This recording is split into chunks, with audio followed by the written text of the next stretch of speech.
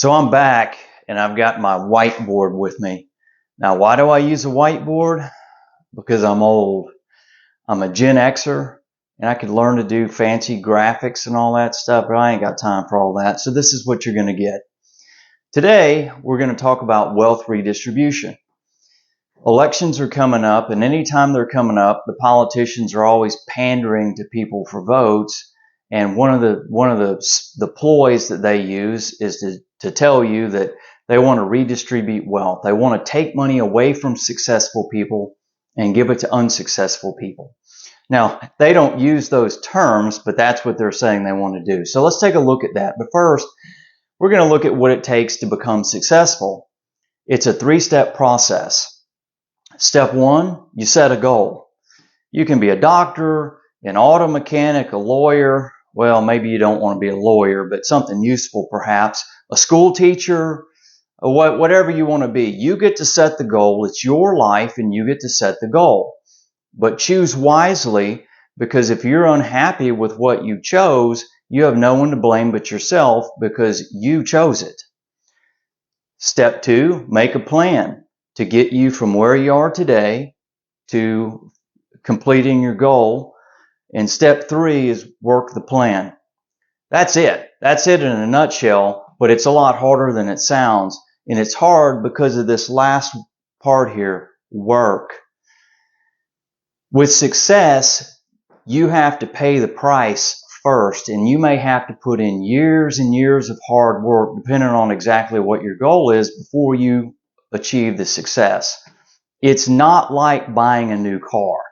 When you buy a new car, you get the new car today. You get to drive around in it and enjoy it today, and you get to make payments on it. That's not the way success works. With success, you have to make all of the payments first. You have to pay the price in full or you get nothing. That's the way success works. It's a concept known as delayed gratification. It's not real popular these days, but if you want to become successful, you're going to have to embrace delayed gratification because you have to pay the price for success before you get the success. So the politicians come along and they claim that people who are successful are bad and they need to take their wealth away from them and give it to other people. But the way you do that is you have to vilify the people. You have to vilify successful people.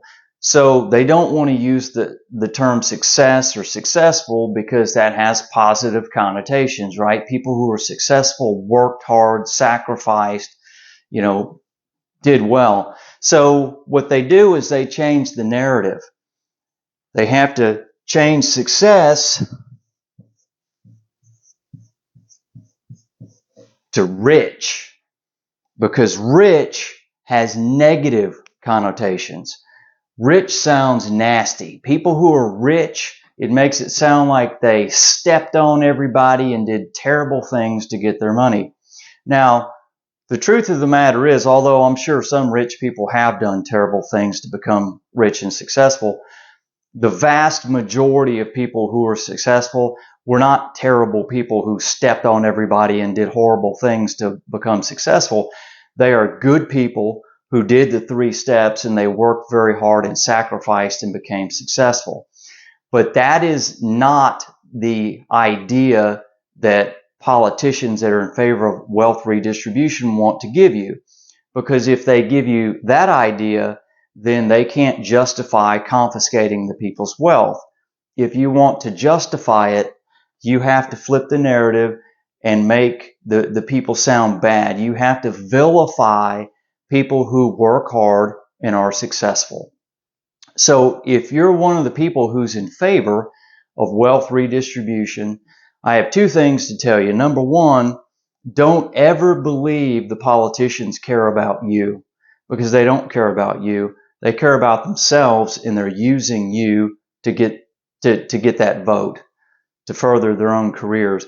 But number 2, if you're not successful, or you're not as successful as you want to be, you need to go back and do the 3 steps. It's going to be a lot of work. You're going to have to struggle and sacrifice, and the reward isn't going to come until much later. But if you're willing to do that, you can become successful. No one can stop you from becoming successful but you. Only if you quit will you not become successful. As long as you don't quit, you will become successful. And if you're not willing to do that, if you're not willing to make the plan and work the plan and sacrifice to become successful, the truth is you don't deserve to be successful because you don't want it bad enough.